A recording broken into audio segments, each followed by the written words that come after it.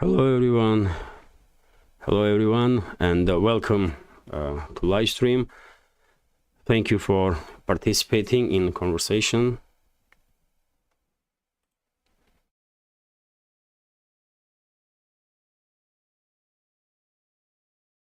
I guess we are online now. So once again, hello everyone. Let's I can see John is here, John Dickinson, veteran of our community. Pauline Long, hello. Daniel Zarcher, Gamarjoba, that's in Georgian, hello. Hello, dear friend. Hello everyone. It's a Sunday, traditional Sunday live stream, so just informal talk between us in the real time, and I did prepare several news for short summary that I will also share tomorrow in the main update, and well, let's go how streams will go. If any questions, of course I will try to answer. I will just ask to write questions in capital letters, or at least capital Q before the question, so that I will recognize a little bit easier. So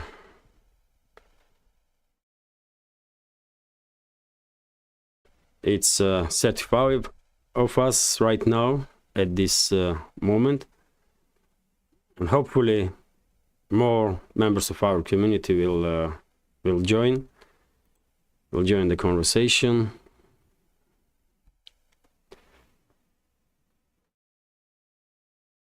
Belikov Dmitry is asking to share information about Kupiansk direction and Sinkovka in particular. Well, when it comes to Kupiansk direction, well, main hotspot is of course Sinkovka for quite a while now. Sometimes there are reports. That this settlement is under Russian control. Then we have reports that settlement is controlled by Ukrainian forces. Let me show you on the map, dear friends, where that Sinkovka is. So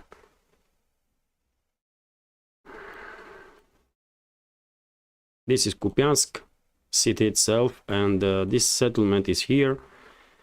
And at this point, this pro-Ukrainian map even force, I guess, to recognize that outskirts of Sinkovka is under Russian control. A few days ago, there were reports that Russian forces managed to enter this settlement, but then Ukrainian side conducted some counteroffensive, and Russian units made decision to withdraw. But then Russian side conducted counteroffensive. It's constant struggle in this direction for the settlement, and not just for village itself, but also for control over this forested area on the western flank of western and northern flank of Sinkovka, which is basically almost bordering Kupiansk, outskirts of Kupiansk, just one settlement in between Kupiansk and this forested area. And previously we had some reports that Russian forces managed to establish full control over this forestry, but lately we do receive time informations that clashes are taking place in this forested area, and if that's the case, then I guess at least some parts of forestry is disputed between the sides. But to talk in a general sense, at this point, because Russian forces are for quite a while now in a position to conduct large-scale offensive operations, these local-scale skirmishes for Sinkovka, for this settlement here, Petropavlovka, or any other small village on the line of contact, don't really make any changes on the front line. Okay, Russian forces did manage to establish control over the Sinkovka, and what next? you know, just to conduct some thought experiment. Okay, Sinkovka is in Russian hands now. And what? Petropavlovka also, let's say. And without large-scale offensive operations, it's impossible to move forward and begin assault on Ukrainian garrison in Kupiansk, isn't it? Because you have to make sure that your flanks are secure, and you have to make sure that this area entirely is cleaned from minefields and so on. It does take huge number of manpower. It truly is a large-scale offensive operation. And as I said many times before, Russian forces are well ready for quite several months at least now to conduct large-scale offensive operation on the northern sectors from Seversk up to entire Kharkov region, not just Kupiansk. But yet again, I guess Russian side is waiting for a point in this confrontation when Ukrainian armed forces will begin to collapse, so that this offensive, Russian large-scale offensive operation will be conducted with minimal casualties and minimal damage to the infrastructure. Because we all see, for example, what happened to, let's say, Bakhmut, which was on line of contact for a while. We all see what happened to Marinka, for example. There is almost no building, not almost, there is definitely no buildings in those towns that was not almost completely destroyed. And Russian side don't want to see exactly the same in other areas of the front line. And this is my answer to all the questions that I see in comment sections, why Russian forces are not conducting large-scale operations in direction of Zaporozhye, in direction of this area, in that area. And I mean, it's easy to say, let's conduct offensive operation, but of course, general staff and Russian leadership is calculating everything from possible number of casualties among military, among civilians, which is unfortunately inevitable when battles are so intense. But yet again, a big difference between Russian approach and, let's say, approach of IDF, Israeli Defense Forces. Russian side always tries to minimize casualties. It's I mean, it's just always the case. That's how Russian military is raised. That's what they learn in academies. Officers to always minimize casualty number among civilians, and also, of course, among military personnel. And just imagine that Russian forces began now offensive operation in direction of Zaporozhye, for example. Huge city, and I'm quite sure it will take, I don't know, a week, two, and Russian forces will reach Zaporozhye. And then what?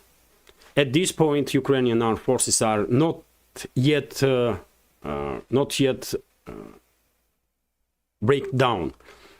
Maybe Ukrainian forces are on the verge of breakdown, but they still have hundreds of thousands of military personnel in arms. No matter how well trained and how well prepared, but these people have plenty of weapons on their hands. And to neutralize so many opposite forces, of course, you have to conduct air strikes, artillery strikes, you have to use heavy military equipment, tanks, armored personnel carriers, missiles, and so on. And just imagine what will happen to Zaporozhye city if Russian side will conduct right now, as we speak, offensive operation towards Zaporozhye. Yes, city will be taken eventually, 100%, but under what cost? And that's why Russian side chose this current strategy of warfare, when Russian forces, Russian military units are trying to hold on to current line of contact with some minor changes here and there, and neutralize battle capabilities of Ukrainian armed forces on this line of contact, so that when large-scale offensive operations began, and they will begin for sure, and I expect Russian large-scale offensive this winter, for example, this winter, end of January, beginning of February. So when these Russian decisive actions began, casualty numbers will be as minimal as possible, and damage on the ground will be as minimal as possible, because for that point, I guess Russian side will do best it can to reduce battle capability of Ukrainian armed forces, and persuade, which is also important, to persuade Ukrainian officers and military personnel to stop fighting for Zelensky and his associates and their Western masters and their geopolitical agenda. That's the main reason, dear friends, in my understanding, why Russian forces are not in a hurry to conduct these large-scale offensive operations, because there are so many things to think about. It's not just let's take this settlement there and that settlement.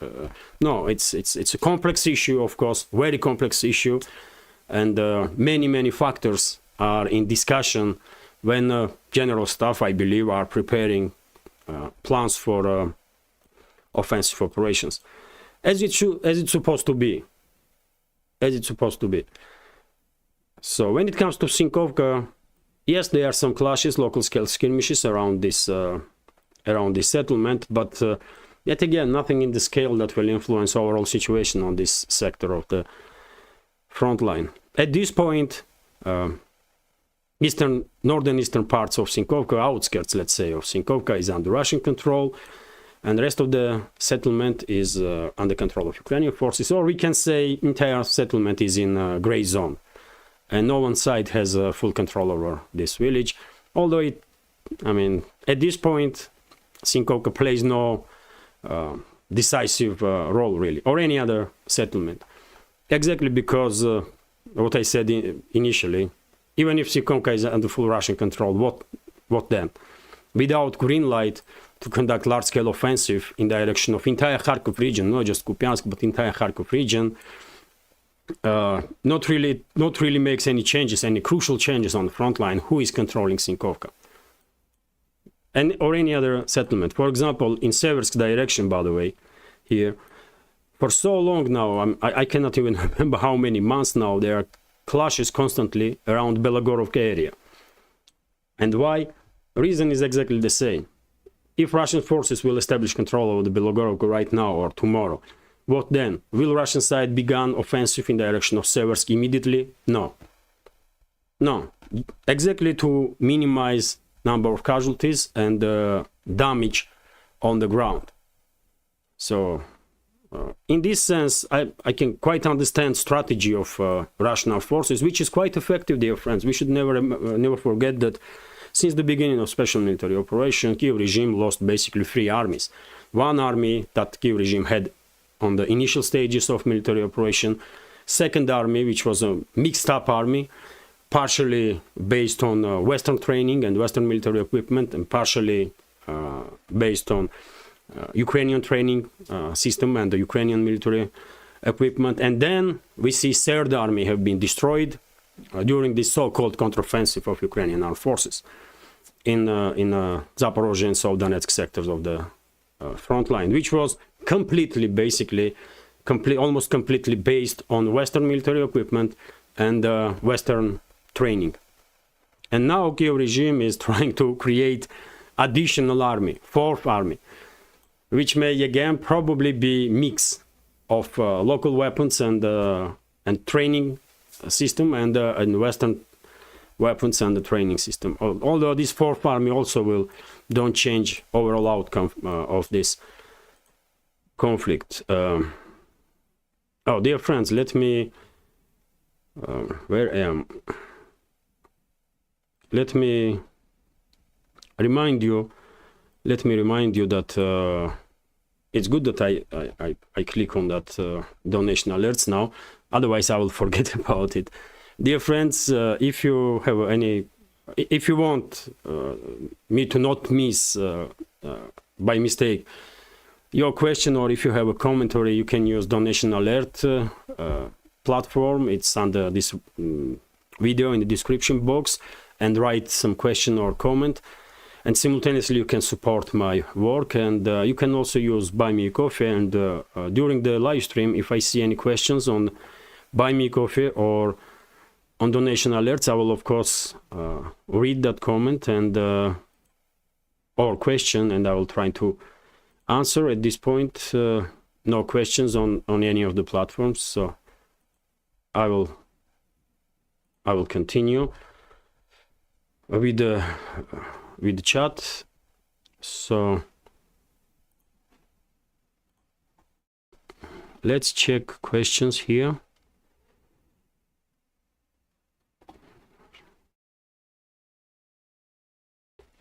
John is asking, do people in Russia celebrate first of Advent? First of Advent. What is the first of Advent? I don't understand what is first, but Advent. Let me translate this word right now.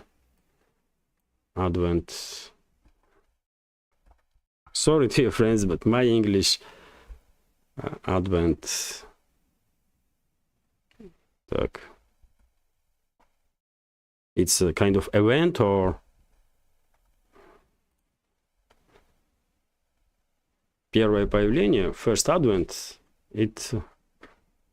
Sorry, John, I don't really understand question. What you mean by question? If you are talking about 1st January as the beginning of New Year, then yes, it's a major holiday in Russia, and New Year celebration basically is a main holiday for in entire post-Soviet republics. I guess it was like that in Georgia, it's like that in Russia, although of course some religious celebrations also are playing a crucial role. But first of, for example, Christmas in Russia, we are celebrating Christmas on Orthodox Christians are celebrating Christmas on 7th of January. With the only exception is Greek Orthodox Church, as I understand. The Greek Orthodox Church celebrates Christmas on 25th of December. They are a long story why this is this way, but well, that's how it is.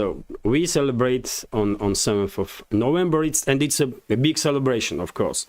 So religion celebrations play a huge role, but New Year celebration from 31st of January to 1st of January, from 31st of December to 1st of January, it's a huge celebration in all around the former Soviet Union, and Russia is definitely no exception. So if you ask about this 1st of January, beginning of the new year, it's a huge celebration in Russia for sure. Dear friends, once again, thank you very much for finding time to join the conversation. Very grateful to all of you. Let's check.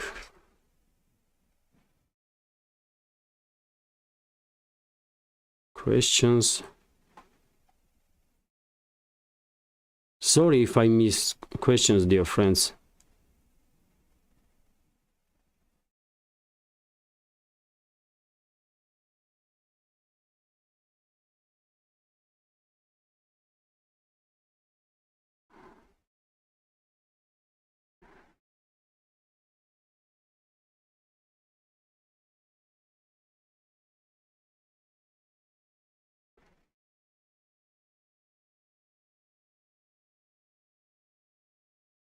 I don't see question at this point, and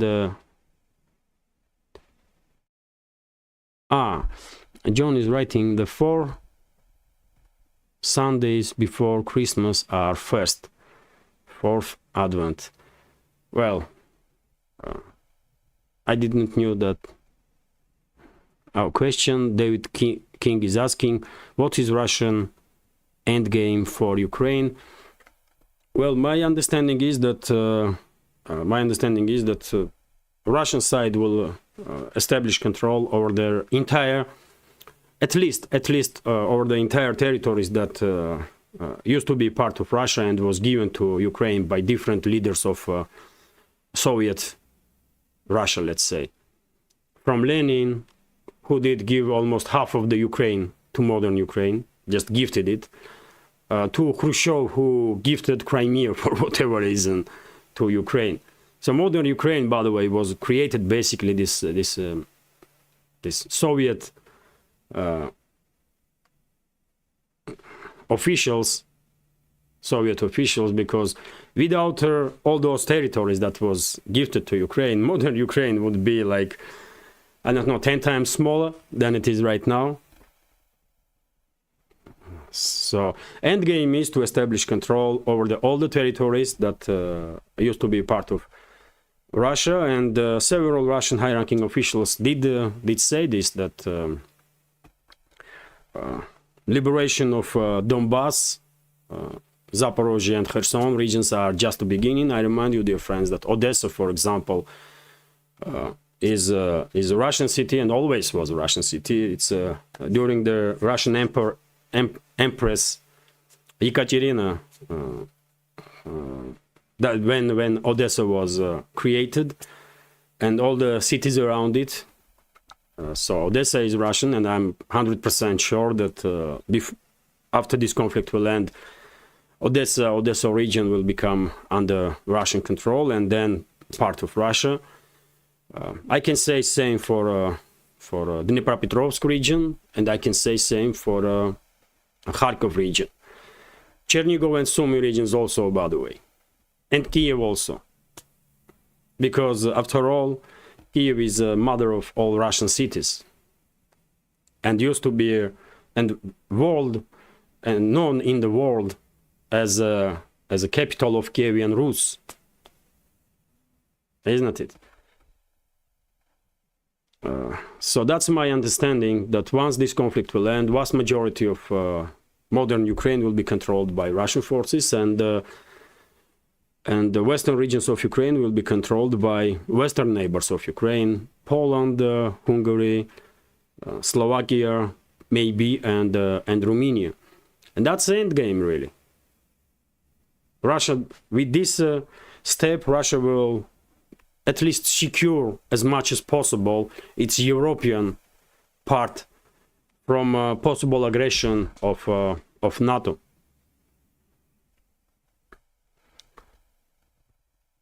And simultaneously, dear friends, Russian side is definitely using this confrontation with the Western ruling elites to deal with some issues internally that was an issue for a very long time. For example, some parts of so-called elites in Russia were extremely pro-Western. Always, as I remember myself. This is not a problem for modern Russia only. It was this way since Peter the Great, I believe, when elites began forming in Russia that were extremely pro-Western.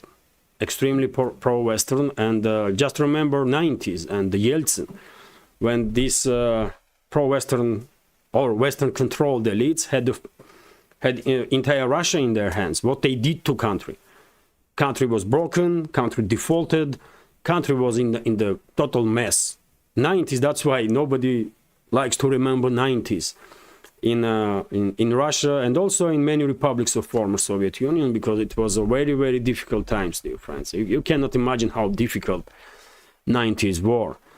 The 90s were for ordinary citizens, and all of this because of these so-called pro-Western elites.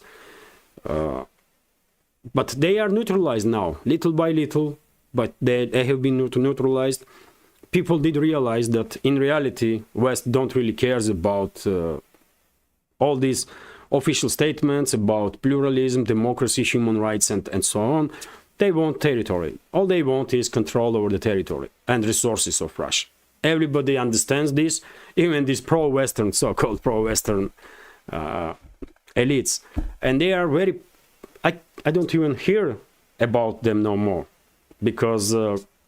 if before special military operation and these extremely disgraceful anti-Russian sanctions, Russophobic sanctions, basically, from Western leaders, these pro-Western public figures may had some influence on public opinion, but now, no, they have no chance whatsoever. If anybody will say anything good about Western elites, or if anybody will say that they are not against us, they are against Putin, or people will laugh.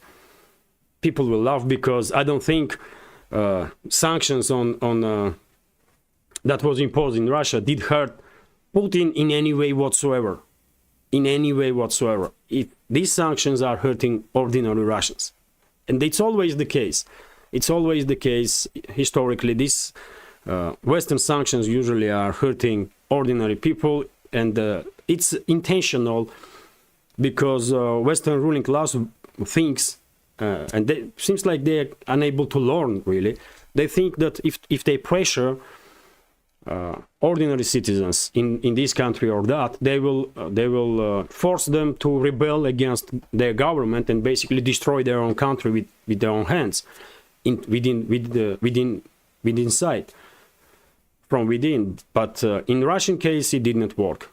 It may work in some other instances, but not in Russian case. And just a few days ago, I did see on DD Geopolitics, if I'm not mistaken, Telegram channel, these latest numbers when it comes to ratings here in Russia, and Putin had some 78% of trust rating, and 75% did approve his policies. And even if many people disagree with some parts of policies when it comes to Russian government because of this confrontation with the West, now it's morally, many people think, I guess, that it's morally not right to go against your government at this point, if you disagree on some points, because country is under attack of the Western elites. So, well, when it comes to endgame, Russia will regain control over all the territories that belong to Russia before revolution, let's say this way, and before Bolshevik revolution. And simultaneously, as we can see, Russian side quite effectively really dealt with this Western influence on elites here in Russia, which is a significant issue. And one day we may even devote some separate program to discuss this topic, because it's a huge topic really.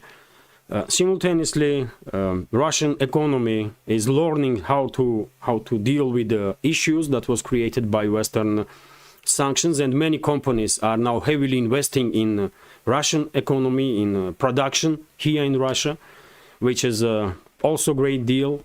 Russia is finding new markets worldwide, and in parallel improving relationships with dozens of countries, because previously maybe Moscow was not paying enough attention to those other markets, because there was Europe right next door, and in trade, EU was #1 with Russia, and trade between the sides were reaching, I don't know, almost $500 billion, like 300, 400, 500 billion in year-on-year terms. So Europe was #1 trade partner for Russia, but Europe is gone now.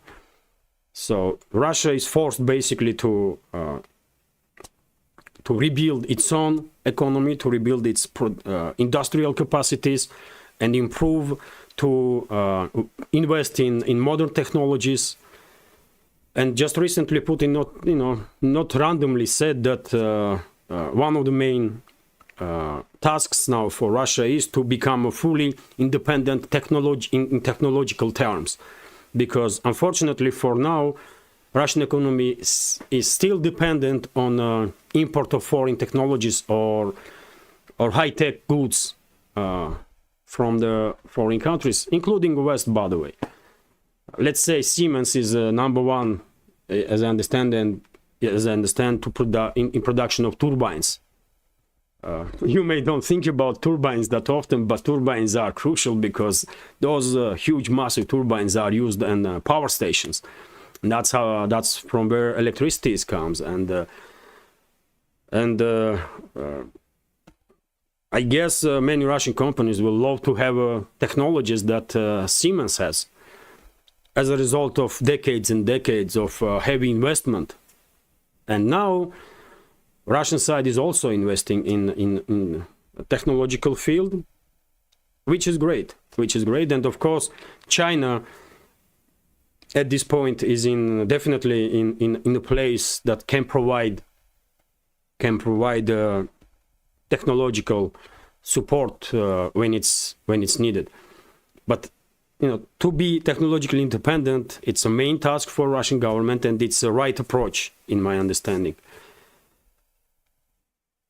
So that's the end goal, to regain control over the lost Russian territories, secure locals there, and simultaneously work on internal issues inside Russia, including in field of politics and also in fields of economy, technologies, and so on. I hope I did answer to your question.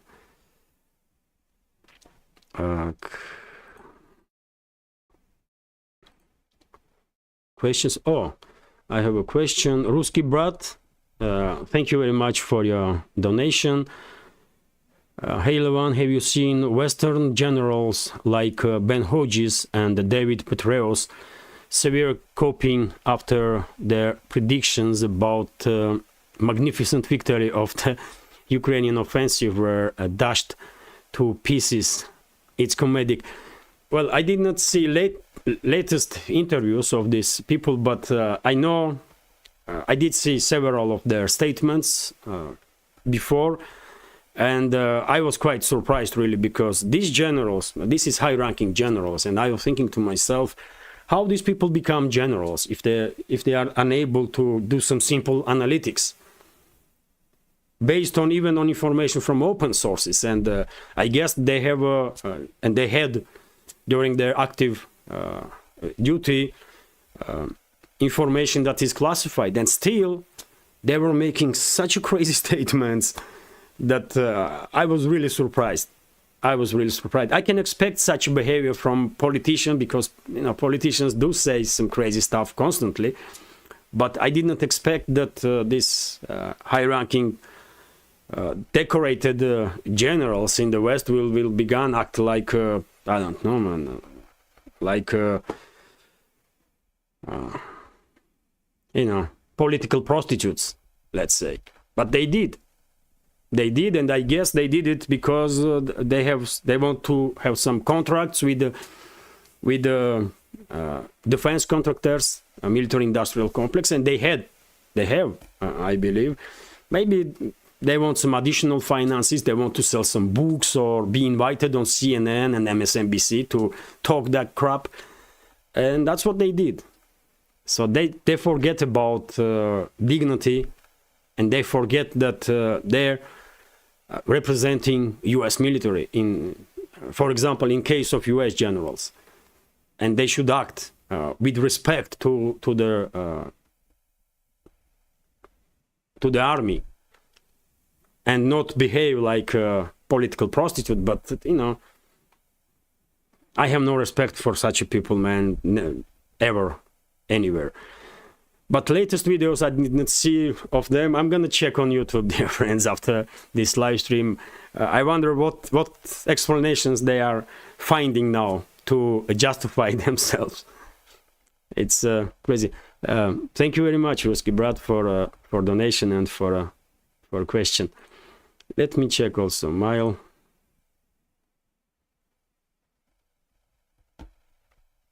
So, dear friends, I will check chat now on the questions, and if not, then I will share with you some news. Question: will U.S. empire lose its main vassals in Europe and Asia, Germany and Japan?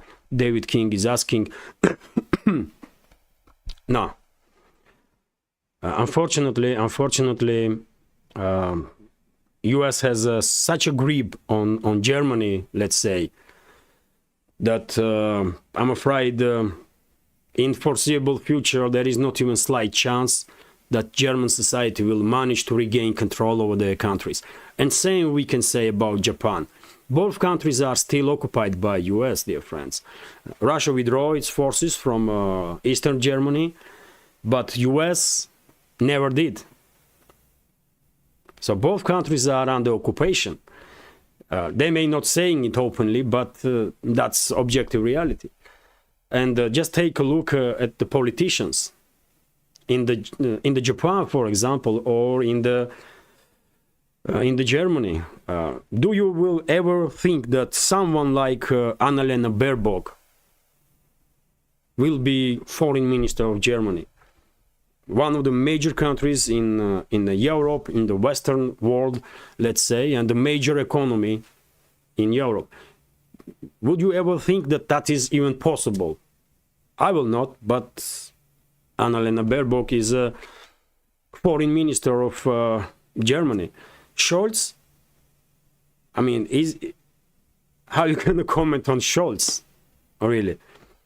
I guess his boss is not even someone in Washington. His boss is sitting right there in Berlin in US Embassy. That's how nobody this Scholz is. And that's a reality. And I guess some parts of German society realize this, and they may try the best to regain control over the country, but entire political system is corrupt. And very rarely you may see in the system someone that is acts independently. It's almost never happens. And without changes in the system, how are you going to get rid of these assets of the US secret services that are, this system are full with? And same goes for Japan, dear friends. If you remember, previous prime minister of Japan was actively working on a peace deal with Russia. Russia and Japan still don't have a peace deal since the Second World War. And the previous prime minister was actively working with Putin to achieve a peace deal between the sides, and Moscow was willing to somewhat compromise. Main issue between Japan and Russia, and before that Soviet Union, was those 4 islands in Kuril archipelago that used to be part of Japan, but after Second World War become part of Soviet Union, Soviet Russia. And the Russian side was willing to compromise.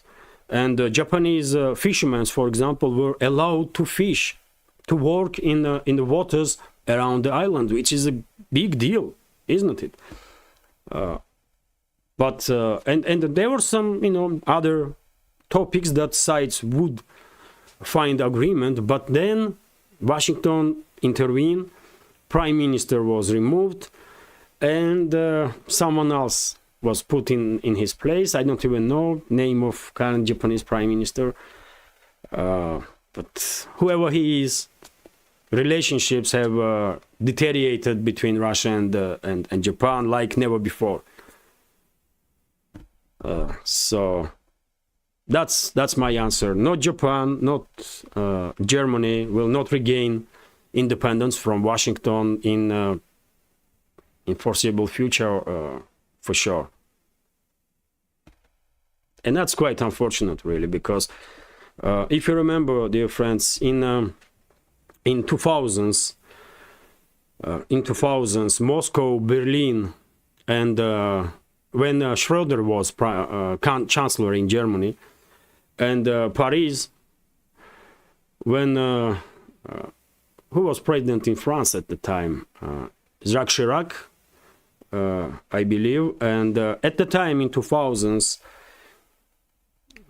sides Moscow, Paris, and Berlin were quite close to create this triangle, European triangle, that will be huge player on the world stage. But yet again, because Washington has this deep roots in the political systems in these countries, in political systems, in media, in NGOs, and so on, they did manage to replace these people that were cooperating with Russia, and they were seeing future together with Russia, future for Europe, because they did realize that Europe with Russia is a major player on the world stage. But Europe without Russia is just irrelevant province of Eurasia. That's what it is, really. And that's what will be, at least in decades to come. And these politicians, Schröder, Chirac, they see it. and that's why they were willing to cooperate with Russia and build relationships. But then Washington again intervened, and in Germany we had Merkel, totally controlled by West. If you remember, there was news at some point that U.S. Secret Services were listening every single move and monitoring every single move of Merkel, and were listening in her phone also. That's how in charge Washington really is. And in France, who was president in France? Sarkozy, that clown man, that clown. And after Sarkozy, Hollande, that was his name, if I'm not mistaken. Even worse than Sarkozy. And now they have this mentally unhinged individual. What is his name? Macron. Yeah. And what you gonna expect, man? What you gonna expect from such leadership in Europe? But at some point, sides were so close to achieve this agreement, to build this triangle, Russia, Germany, and France, and it would be huge. It will have huge impact on the world, positive impact. By the way, that's the main thing here, that it will have a huge positive impact on the world. But unfortunately, because of this corrupt system in European states, Washington quite easily managed to remove these people that they didn't like and put in place total puppets, and they did derail relationship between Russia, Germany, and France. I'm afraid for decades.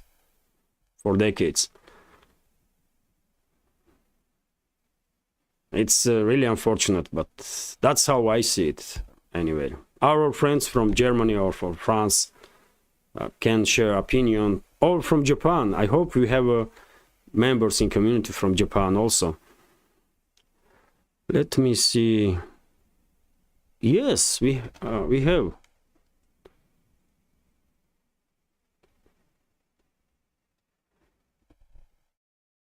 No.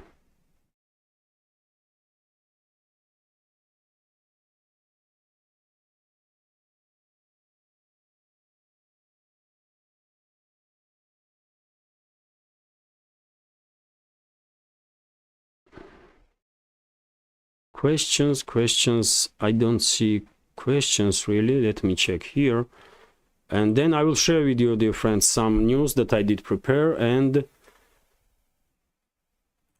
I will end this stream.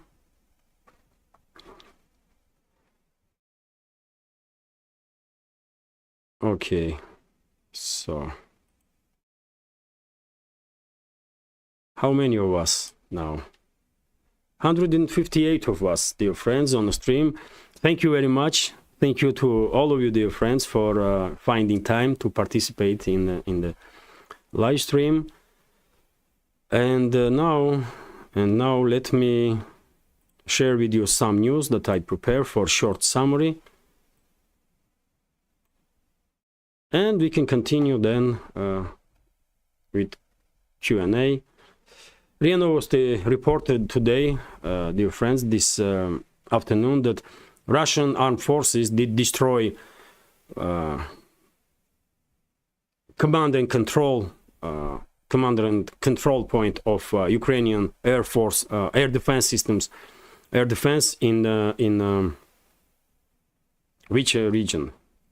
The Dnipropetrovsk region. Yes, in the Dnipropetrovsk region, which is interesting development, because just a few days ago we had reports that Russian air defense systems did shut down Ukrainian MiG-29 in the Dnipropetrovsk area also, and this activity in direction of Dnipropetrovsk may also be indicator of things to or some operations from Russian side to come.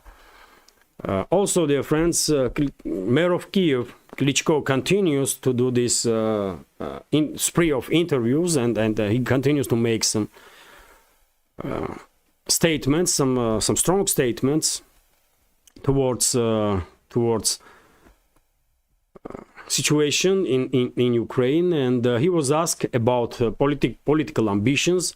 I remind you, dear friends, that this morning I did share information about his statements about Ukraine, that state institutions are deteriorating and autocracy is in full force now in Ukraine, and basically Klitschko simultaneously, at least indirectly, supported Zaluzhny, and therefore I guess he did position himself as a figure who may be seen in Zaluzhny's camp in this internal confrontation between Zaluzhny, Zelensky, and Budanov. And he, in this particular interview with the 20-minute, that's some kind of media outlet, he said that he was asked about his political ambitions, because he used to be a candidate for presidency of Ukraine, and he said that at this moment there is only one major issue for Ukraine, and this issue is to save Ukraine's statehood. To save Ukraine's statehood. And well, when I read this information, I was thinking to myself, this guy has some possibly has some clever or well-educated aid, because Klitschko himself will never come out with this sentence for sure. He's, I mean, too dumb, really, for anything, you know. But he's just walking meme, this individual. But statement itself is quite interesting, because that's a reality at this point. At this point, decisions are made in the major capitals of the world about fate of Ukraine and the statehood of Ukraine. And yet again, I was somewhat surprised. I didn't expect from Klitschko to hear anything like that. But of course, it's his speechwriter or aide, not him personally, but he did repeat it, isn't it? He did said it. So that's quite interesting. At least some people in Ukraine are beginning to realize that it's Ukraine's statehood now in the jeopardy and under risk, which is absolutely correct in my understanding. After this conflict will end, there will be no Ukraine on political map. Vast majority of Ukraine will be controlled by Russia, and western regions of Ukraine will be controlled by collective West or western neighbors of Ukraine that are members of NATO also. So western Ukraine will become part of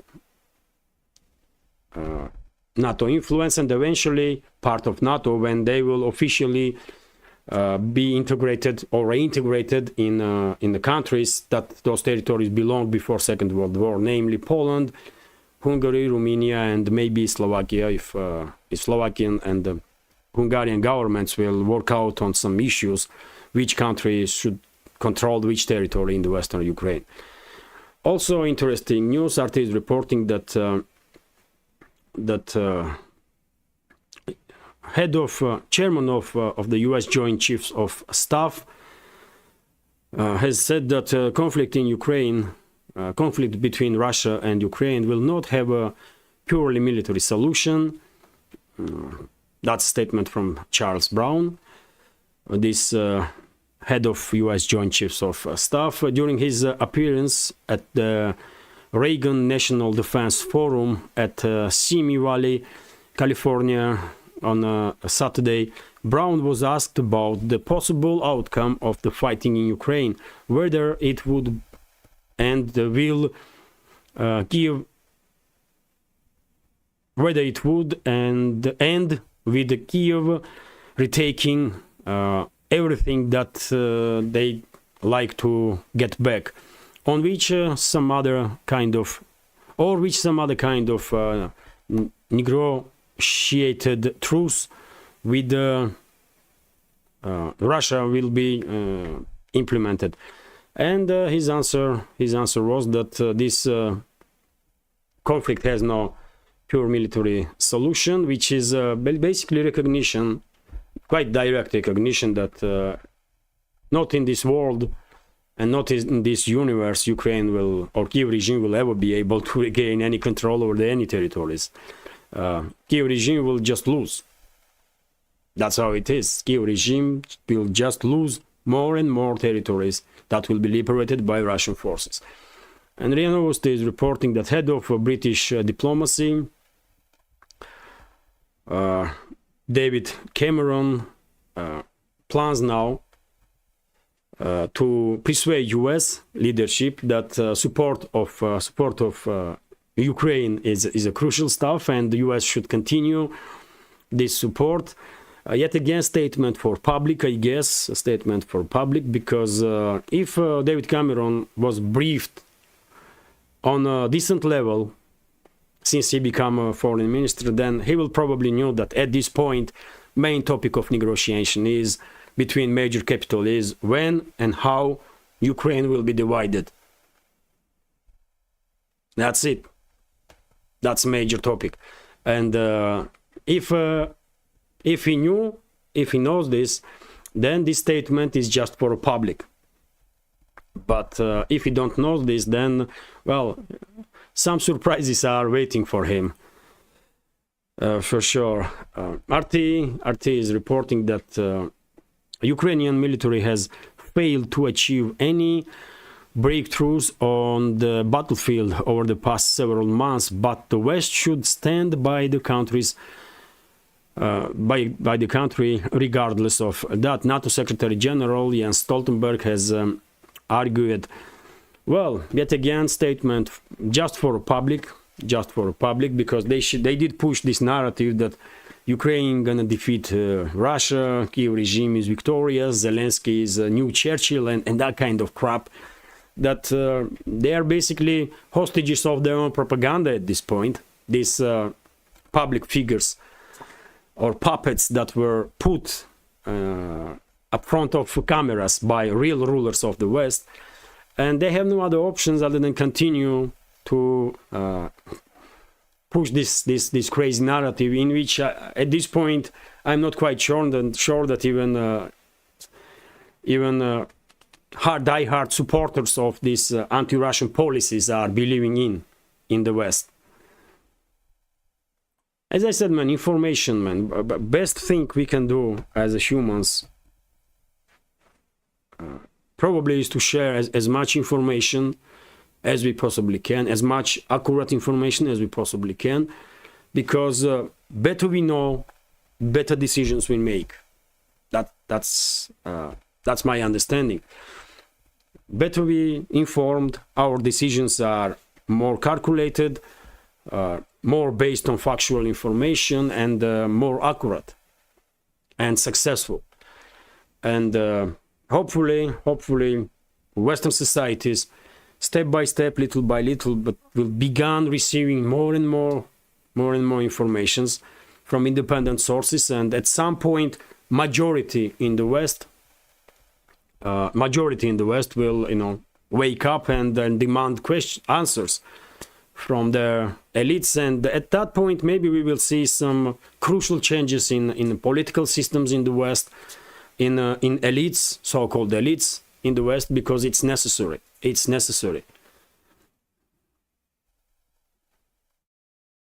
Let's continue, and of course a big topic is Middle East, escalation in the Middle East, and RIA Novosti reported this afternoon that according to Ministry of Healthcare of Palestine, since the beginning of escalation between Israel and Palestine, casualties among civilians on Palestinian side did reach 15,500, and we are talking about civilians that were killed. When it comes to number of wounded people, it's 41,316, and this was reported today on 3rd of December, today afternoon. Catastrophic number in every sense. I remind you, dear friends, that according to UN, since the beginning of special military operation in Ukraine, from February 2022 as a result of hostilities between Russian and Ukrainian forces. About 15,000 civilians were killed. Some reports say 10,000. And this, despite this heavy intensity of clashes between the sides, in almost 2 years' time. And in Palestine, in just about months, IDF did kill more than 15,000 civilians, and half of them are underage kids. How are you going to comment this? RT is reporting that Pentagon chief warns Israel of strategic defeat. This is quite a surprise statement from Lloyd Austin. Let's read several sentences here. Israel's victory over Hamas will become a strategic defeat if the country does not prevent civilian casualties during its military operations in Gaza. U.S. Secretary of Defense Lloyd Austin has said Washington will continue to press Israel to protect civilians and to ensure the robust flow of humanitarian aid into Gaza. Austin vowed on Saturday in a speech at the Reagan National Defense Forum at Simi Valley, California. Well, statement is understandable, but same time, if Washington wanted really to stop this conflict, they can demand from Netanyahu to do so. It will just take one call, because without U.S. support, Israel would not be able to continue this military operations. They are extremely dependent on U.S., and everyone knows this. But in reality, unfortunately, I guess Washington is full support of everything that Netanyahu's government does. But for public to somehow, maintain face of to play this role that they did care about human lives and human suffering, and to project this fake, false image about themselves. They are talking about this. They are coming up with these statements that Israel should do everything to minimize casualties. If Washington wants this, they can make one call and that's it. But in reality, I'm afraid in reality, Washington's real policies are very different than public statements. RT is reporting also that, President of France, dear friends, Macron did make statements about this escalation in Middle East. He definitely don't have a proper aides, because those aides should tell him to shut at this point his mouth and never spoke in public about any topic whatsoever, especially Middle East.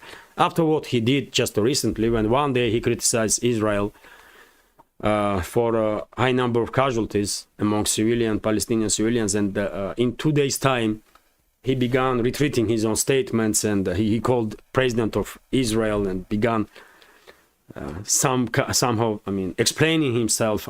After this, I don't know, man. Macron is who gonna receive him seriously? I don't know.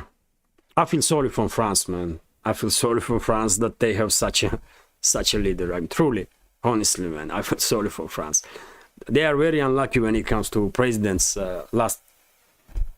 Last few decades, for sure, man. Macron, before him was Hollande, isn't it?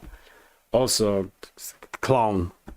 And before that was Sarkozy.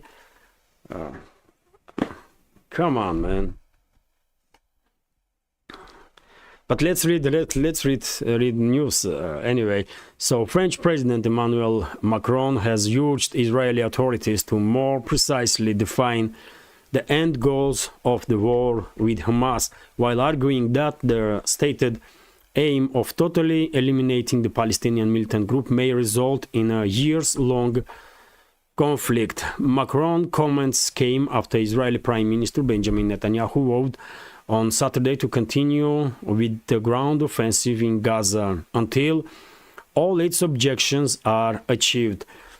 Well, Macron may predict whatever he wants. He may predict that this confrontation will last for decades between Israel and Palestinians, and it will. You don't have to be genius to understood that. These conflicts between Israel and Palestine already are taking place for how many? 60, 70 years, and it will, God knows how long it will continue. Decades to come for sure. But yet again, man, France definitely deserves better leaders than this clown. You know, TASS news agency is reporting that White House official representative of White House, John Kirby, did make statement that at this point they have no information. They have no information that any sort of negotiations are taking place between Israel and Palestine to achieve a ceasefire again, at least a temporary ceasefire between the sides. But I remind you, dear friends, that according to Israeli side, Hamas has Hamas in captivity. In Palestine, 137 Israelis are still remaining as hostages, and at some point, Netanyahu probably will be forced to have a talk with the representatives of Hamas to release these hostages.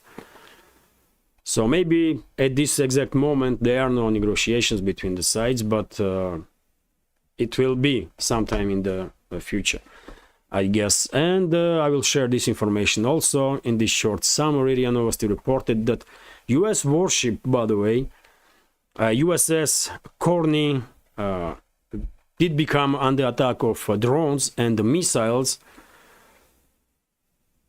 and this was reported by Al Jazeera on its sources in the Pentagon. And this US warship did become under fire in Red Sea, I guess. In the Red Sea, I guess. Let me translate entire information here. So the US Navy destroyer USS Corny was attacked by UAVs and missiles fired from Yemen, Al Jazeera reported, citing a Pentagon source. Earlier, the Al Hadah TV channel, citing sources, reported that supporters of the Yemeni Shiite movement Ansar Allah attacked a British merchant ship in the Bab al-Mandeb Strait. US and the Israeli warships resisted these attacks. So I guess this strike on the US destroyer Corny take place in Bab al-Mandeb Strait, which is a strait between, which is entering the Red Sea, as I understand, right there.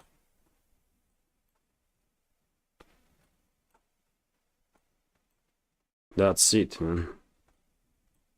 That's a strait that we are talking about. And well, this is not the first instance. This is not the first instance, and I guess not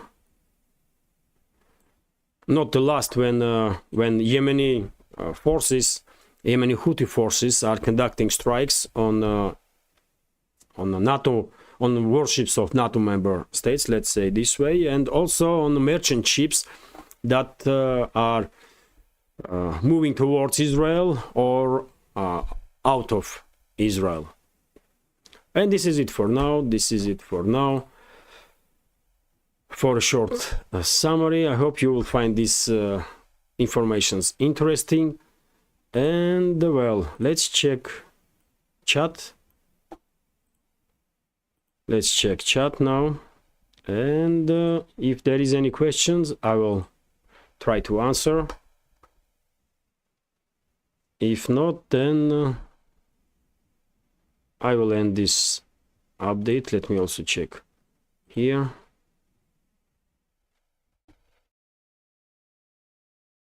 So okay, chat. How long is this video? It's 54 minutes. It's already 64 minutes, even more than an hour. So I will check chat. If I see questions, I will try to answer. If not, then I will end this live stream, dear friends. Last several days I have high blood pressure for, I don't know, maybe because of weather is changing, maybe, I don't know, for some other reasons, but you know. So where I was,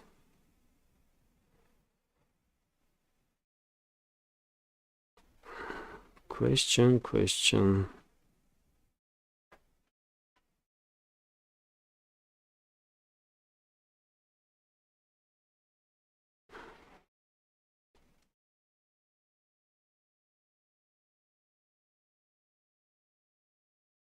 So I see no questions, dear friends, so I may end this video now. What do you think? I did answer to a few questions, isn't it, in the beginning of the stream. So I will end this stream, dear friends. Thank you very much. Thank you very much for finding time to join the conversation. Very grateful to you. Have a great day. Have a nice time, and see you tomorrow.